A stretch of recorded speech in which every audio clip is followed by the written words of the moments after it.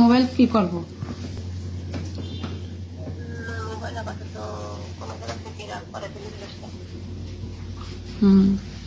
জি দর্শক, এভাবেই বিদেশে বসে মেশকাতকে হত্যার পরিকল্পনা করে হত্যা পরবর্তী তার মোবাইলগুলো গোপন করতে নির্দেশ দেয় পরকীয়া প্রেমিকা নাজমা বেগম।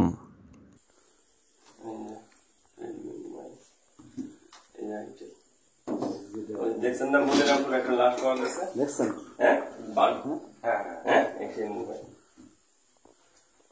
ধান ক্ষেতের মধ্যে একটা লাশ পাওয়া গেছে, দেখছেন না? দেখছেন আজকে এইখানে মার্ডার হয়েছে। কে এই নাজমা?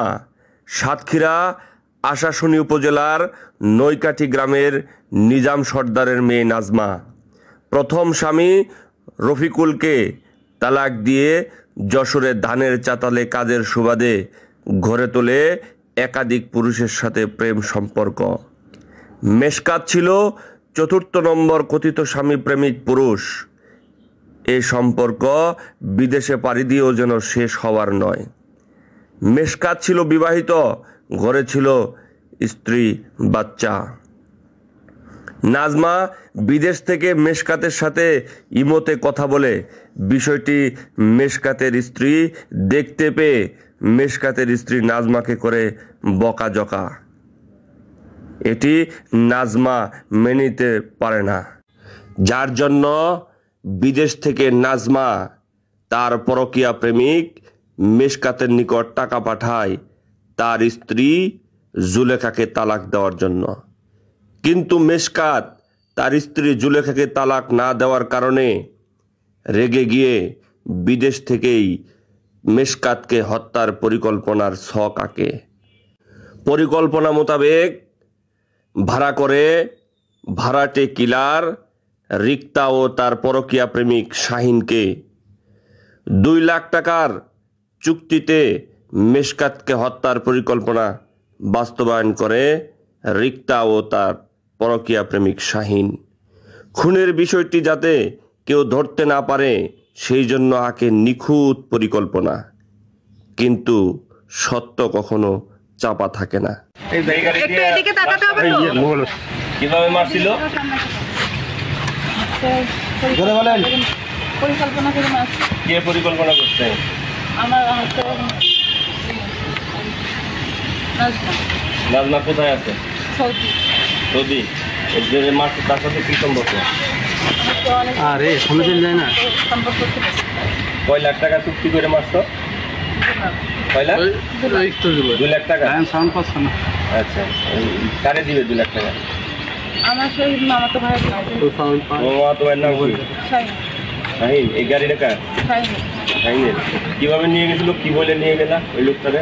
গয়না খারাপের বলেছিল, গয়না খারাপ দিয়ে আমার বাবার বাড়ি দিয়ে আসলো, এই কথা বলে এই গাড়ি নিয়ে গেছিল।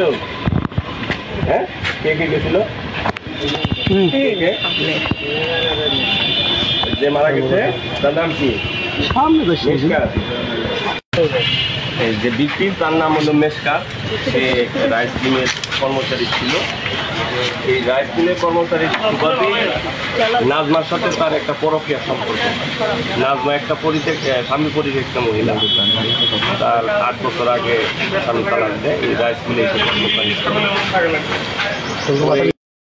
এর সাথে সম্পর্ক হওয়ার পরে 1 বছর আগে নাজমা বিদেশে যায়। বিদেশ থেকে ভিকটিম মেশকাতের নামে টাকা পাঠায়, সেই টাকা দিয়ে সে চলে। কিন্তু মেশকাত বাড়ি যাওয়ার পরে তার সাথে মোবাইলে কথা বলে না। এই নিয়ে তার সাথে আবার বলে যে তোর ভাই আমার বাড়ির যায় কথা বলে না। আবার মেশকাতের ওয়াইফ এই ঘটনা জানতে পারে মোবাইলে ওই নাজমাকে বিদেশে বিভিন্ন রকম গালিগালাজ করে। এই গালিগালাজের কারণে সে পরিকল্পনা করে যে মেশকাত দুনিয়া থেকে সরাই দিল। প্রথমে সে হুমকি দেয় কারো দিয়ে মোবাইলে। যখন সে এটাতেও কাজ না হয় তখন এর সাথে চুক্তি হয়, রিক্তার সাথে চুক্তি হয় যে কীভাবে মারা যায়। রিক্তা তখন শাহিনকে দেখায়। শাহিন 2 লাখ টাকা চুক্তিতে সেই মারার মিশনটা নেয়। কীভাবে হত্যা করবে এটাও আবার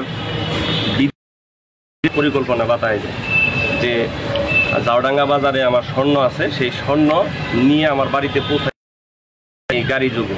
শাহিন গাড়ি যুগে পথেই অজ্ঞান করে পরে স্টেপ করে হত্যা করে লাশ ঘটনাস্থলে দান কেটে থানায় রাখে। আর মোবাইলগুলো তার কাছে, তোমার কাছে এই মোবাইলগুলো রেখে দিয়েছিল, তাই তো? বিশ্বে যা কিছু চির কল্যাণকর তার অর্ধেক করিয়াছে নারী, অর্ধেক করেছে নর। কিন্তু অকল্যাণী কি তাই? প্রশ্ন আপনাদের কাছে রইল। সকল পরক্রিয়ার পরিণতি কিন্তু এমনই হয়। এই জন্য নিজে সচেতন হই, অন্যকে করি সচেতন। জি দর্শক, ভালো থাকবেন। পরবর্তী আপডেট ভিডিও দেখতে পেজটি লাইক, কমেন্ট, শেয়ার করে সাথেই থাকুন। ধন্যবাদ সবাইকে। আসসালামু আলাইকুম।